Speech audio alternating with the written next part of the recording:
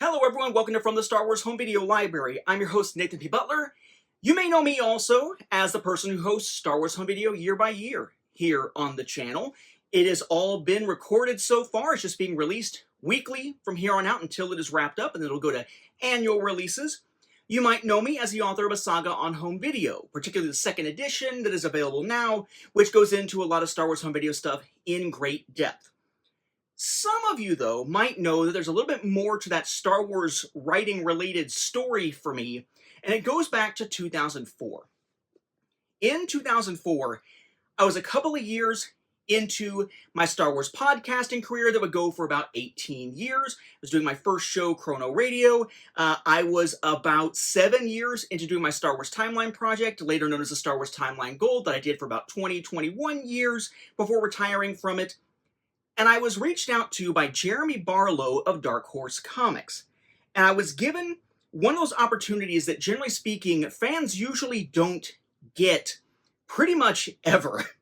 I was given the chance with no prior writing experience, but prior experience with the timeline, prior experience with Star Wars fan-made audio drama storytelling, and prior experience with podcasting and some pretty vociferous opinions on podcasting. I was given the opportunity to step in and write a Star Wars story for the official continuity of the time, now known as Legends, in the pages of Star Wars Tales. It was a story called Equals and Opposites. And I've shown you guys on the channel before my giant binder of all the different drafts, all the different correspondences and stuff, but it was released with that sort of art cover and the so-called photo cover. It was collected in a trade paperback at the time. It actually got action figures based on it, so if you happen to have this action figure pack, this is my story that it was based on. And just recently, it has been reprinted in the pages of the Star Wars Epic Collection, The New Republic for Legends, Volume 8 there.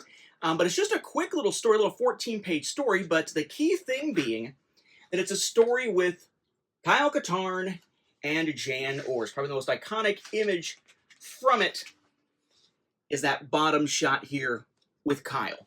So you could say I am a fan of Kyle Katarn, the video game character. Now, my favorite game was actually one with the live-action cutscenes, which, of course, was Jedi Knight Dark Forces 2. But I'm a fan of the full series.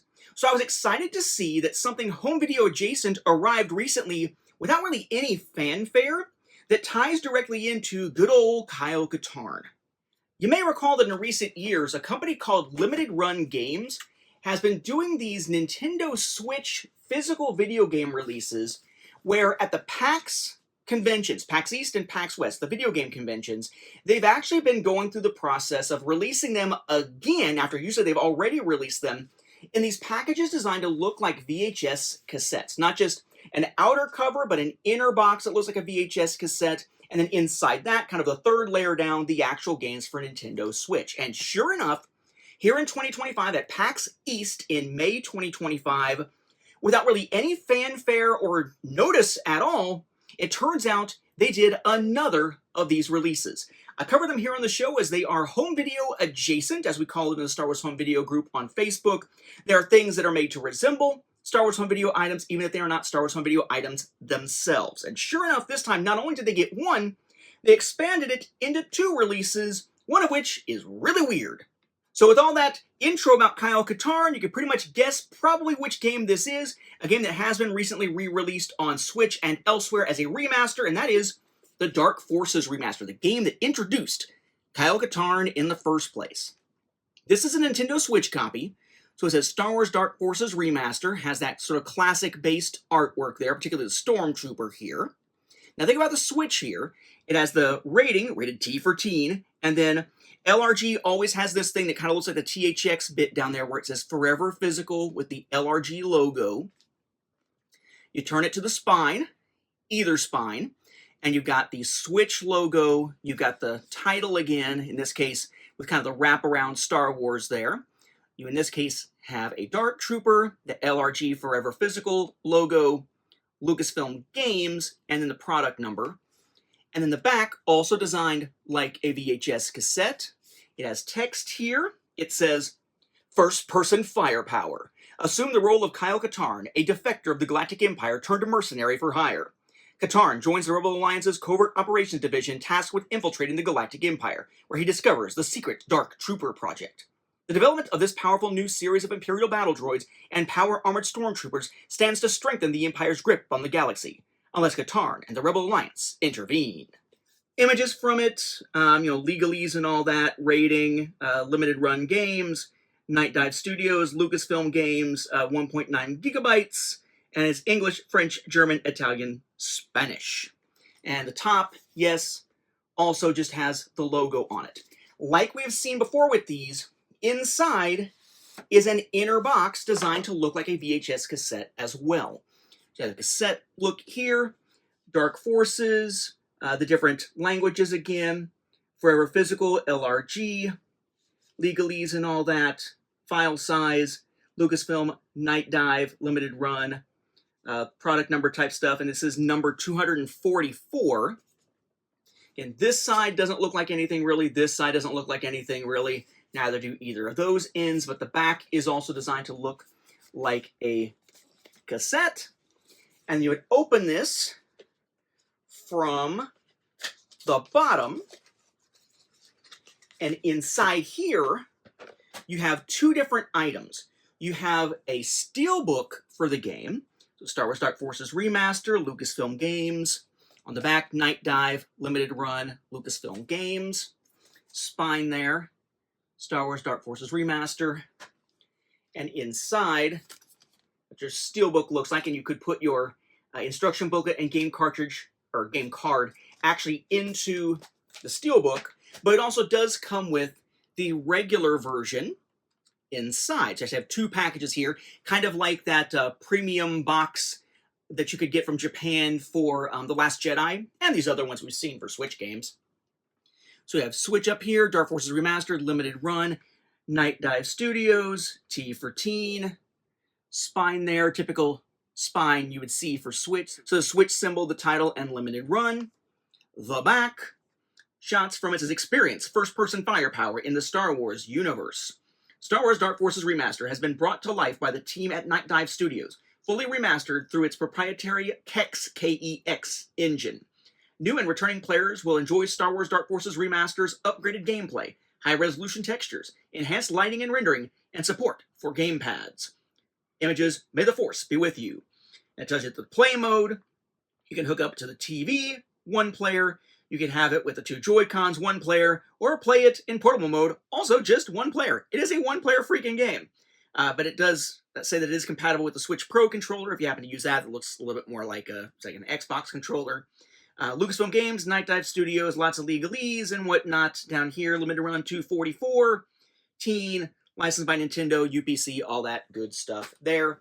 And inside, the interior actually looks the same, essentially, as what we saw back here. Then you have your little instruction manual for how to play. And then your teeny tiny Nintendo Switch game card. Nintendo Switch, Dark Forces, T for teen, limited run, and the numbers and stuff running down there on the bottom. But once again, limited run here is doing a bang-up job of giving us something that resembles a VHS cassette for a Nintendo Switch, for a Nintendo Switch game here. Really kind of nice. But that wasn't the only platform that the game released on, and they appear to have had just one, at least from what I'm seeing on the LRG Facebook groups. They seem to have had just one other release of that at PAX East in similar packaging, but again, it's kind of weird. You see, the game was also released on PlayStation 5, among others. PlayStation 5 games in physical form are on discs.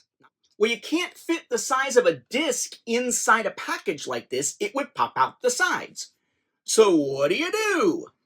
Well, you just kind of stretch it, apparently, and get sort of a mutated version of the same thing. Notice here, it's very much like what we just saw. The big difference here being the fact that this one is just stretched wider. It's the same height, but it was stretched significantly wider, with the artwork continuing a little bit there, as you can see there with the overlap. I think it's kind of cool, right? Line that up. You got basically the other half of the face, one eye showing here, a little bit more of the eye showing here. And pretty much designed the same way. You got the title up there, you got the information and everything here. Nothing really particularly different down here, except for the fact that it is 3.1 gigabytes minimum in this particular case. Similar spine here, except without the Switch need. There's actually a Night Dive Studios logo up there at the top. Similar on the other side. But inside, again, it's designed to look like a VHS cassette. Take it out. Oh, look, it's like a VHS cassette. Well, this is kind of large. How are they going to do it here?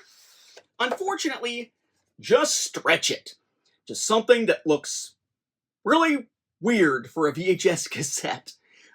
Essentially all the same stuff here. Star Wars Dark Forces Remastered, languages, Forever Physical LRG, the legalese stuff, size, 1 player, Lucasfilm Games, Night Dive, limited run, number 107 in this particular case. And then nothing, nothing, nothing, nothing. Back that looks like, again, a stretched VHS cassette here. You can open it, in this case, from either side. The reason why you would want to open this one from the bottom is because the actual steelbook and case are about yay tall, give or take. They're not the full height of this. So it's sort of like a padded top here, so to speak. Padded isn't the right word, but basically like it's like the cardboard's kind of folded in to create a little barrier there to be able to fit. But you don't need that. Gosh, that thing is just honking at me. You don't need that for this. So just a little bit of dead space in here. And inside, you've got, again, very tightly in here, 2 different packages. You have a similar steelbook for this, just, again, bigger, PS5 game size, but a similar design. I do like the fact that you've got the logo there. And again, a similar interior, artwork-wise. And then you have your regular case here, PS5 up at the top, Night Dive Studios, rated T for teen. Flip it around, pretty much the same stuff, same information on top and bottom, stuff with the pictures. As far as what's actually down here, it says 1 player, 3.1 gigabytes minimum, Lucasfilm Games, Night Dive Studios, limited run, number 107, Ultra HD Blu-ray, which is the format that these are all on, legalese, T for teen, UPC and all that good stuff there. Spine here has the PS5 as expected and has it as the logo, and product number down there, basically. Just a pretty similar type of package here. Disc-wise, it is a disc, of course, so legalese around the top. Star Wars Dark Forces Remaster, T for teen. More copyright and legalese stuff down here. Ultra HD Blu-ray, Lucasfilm Games, Night Dive Studios, their product number, PS5, and even more freaking legalese down there on the bottom. And then you have your instruction book, which is just kind of the same type of thing generally, but bigger. The size of what you would expect from a PS5 game. So it makes sense, right? You got to have wider packaging to fit wider interior packages. So you just take them and stick them on back in there, close it up, not bad, and just stick it back inside the cover. Yeah, like these, except weirdly large. I think this is kind of a missed opportunity. On the one hand, it is cool that there is such a thing. On the other hand, it's neat to look at how freaking weird it is and how they were like, you know what, VHS, let's just stretch it. It makes me wonder if someone who was designing this was on a deadline and were like, we're not going to do anything special, just stretch the freaking artwork. Or maybe didn't have a lot of experience themselves with VHS cassettes and thought that stretching it made sense. Unfortunately, whether through time or anything else, I would assume that nobody on the team probably had the inclination that I immediately had when I heard there was a PS5 version of this, which is unfortunate. Because remember, in Star Wars Home Video, there is precedent for this. Remember that, yeah, eventually Star Wars VHS releases, starting with this one here in 1984, yeah, they're just regular cassettes, just in the regular sort of form-fitting packages. But prior to that, in 82 and 83, we'll look at the example from 83 that looks a lot more similar to this. They had these bigger ones that were drawer boxes. Again, they opened, but there was like a drawer in it with some extra space padding here to put the cassette in that just made it larger on your shelf. How does this compare? It's almost exact. There's only the tiniest bit of difference in size between this for PS5 and the old drawer cases. Imagine if they had had somebody on the team to realize or take the time to do a design with this idea that, yes, there is precedent in the past of weirdly wide VHS releases. They could have taken this design, granted, looking like a different era, and instead of doing this, they could have retooled this in some fashion to get to this. It is similar enough, though. I mean, I'm not gonna gripe too much about it. It is very similar. I could see this as, oh, well, it's a drawer case type version of it, but I don't think that's what they were going for. I don't think you can tell that from the outside. I think you can definitely tell that from the inside, where the cassette is just stretched instead of having some type of drawer type design to it, where it would have had the cassette and some type of padding off to the side. Though then they probably would have had people not familiar with that design saying, what on earth am I even looking at? That's not what a VHS cassette looked like. Because they don't watch the show, probably. But yeah, if you're into the idea of home video adjacent stuff, then yes, the Star Wars limited run games VHS style line of PAX exclusives has now expanded. We now have Knights of the Old Republic 1, Knights of the Old Republic 2, The Sith Lords, The Force Unleashed 1, and Dark Forces Remaster, in this case for both Switch and PlayStation 5. I don't believe there were others of these released, again, according to the Limited Run Games Facebook fan group, but there may be. But for now, just wanted to highlight these as something cool and home video adjacent and close to my heart, thanks to involving Kyle Katarn. With that, we'll wrap up this episode. Thank you for watching, and may the Force be with the home video viewers and the Star Wars gamers.